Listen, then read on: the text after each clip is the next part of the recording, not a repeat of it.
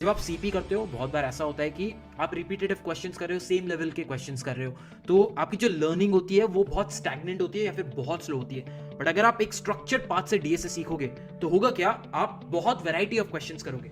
जैसे for example A to Z पे अगर आप जाते हो शीट पे, तो उसमें इतने वैरायटी ऑफ क्वेश्चंस है कि अगर आप 6 महीने इन्वेस्ट करते हो, you will and up learning so many algorithms. तो 7 months 8 months down the line you will have a bunch of algorithms with you and उसके बाद आप CP शुरू कर सकते हो।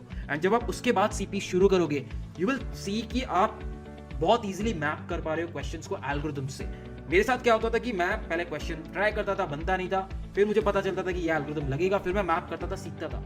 तो the learning process that I did take was very slow. So for you I will recommend कि DSA अच्छे से करो, फिर जाके सीपी करो। एंड एक और चीज, रिपीटेटिव क्वेश्चंस मत करो।